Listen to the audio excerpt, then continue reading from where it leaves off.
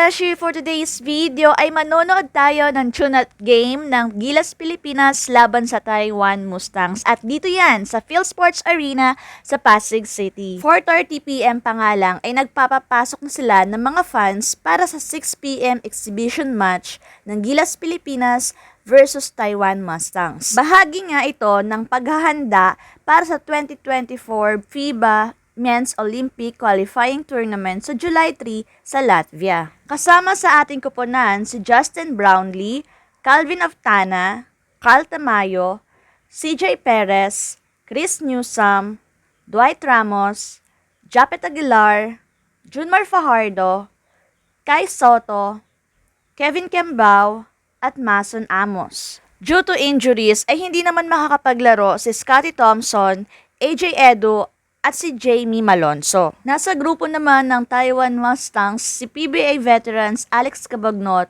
Jian Chu, at si Samuel Digara. Sayang at hindi natin naka-match up ang tatlong Los Angeles Lakers stars na si Dwight Howard, DeMarcus Cousins at Dwayne Cook na maglalaro sana sa koponan ng Taiwan Mustangs. Pero may pangtapat ang kalaban kay Kai Soto na 7'6" ang tangkad na malayawming na si Samuel Digara. Nanliliit nga si Kai Soto at Junmar Fajardo sa tuwing kinukuyog nila sa ilalim ang higante ng Taiwan Mustangs. Importante nga na may makalaban tayong team na may matatangkad na players dahil ang mga kalaban natin sa Latvia at Georgia ay matatangkad din. Bago nga sila lumipad patungong Europa ay magkakaroon ulit ng tune-up game, dalawa pang tune-up game ang Gilas Pilipinas laban sa Turkey at sa Poland. Kahit nga maraming injuries ang player ng Gilas, ay importante na nandyan si Junmar Fajardo, Kai Soto, Dwight Ramos at syempre si Justin Brownlee.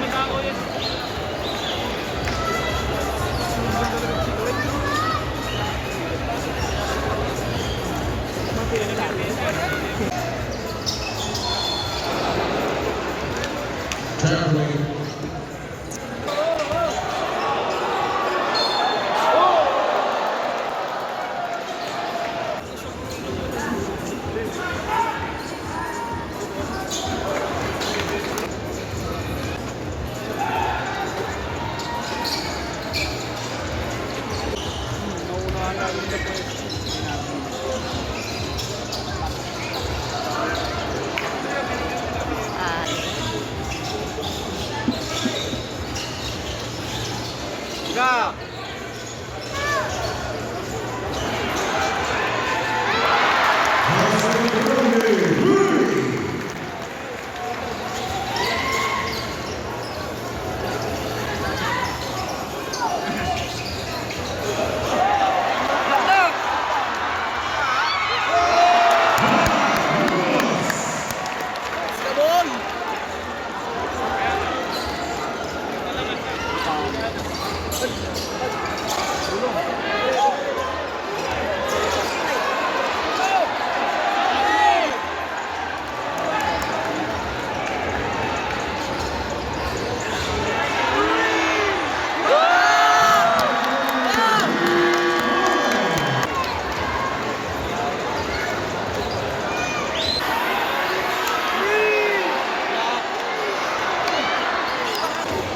Favorite?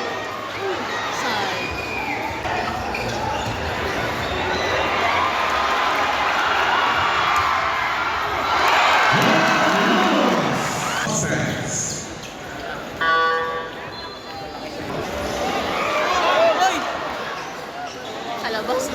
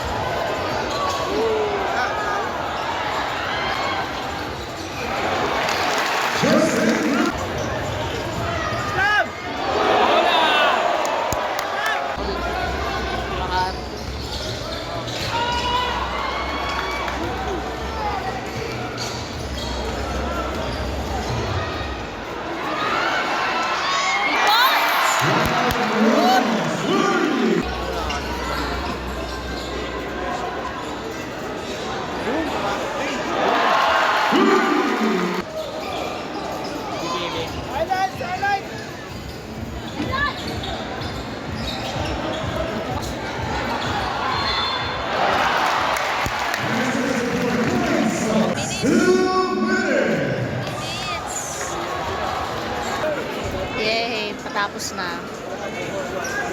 Lemon Gilas.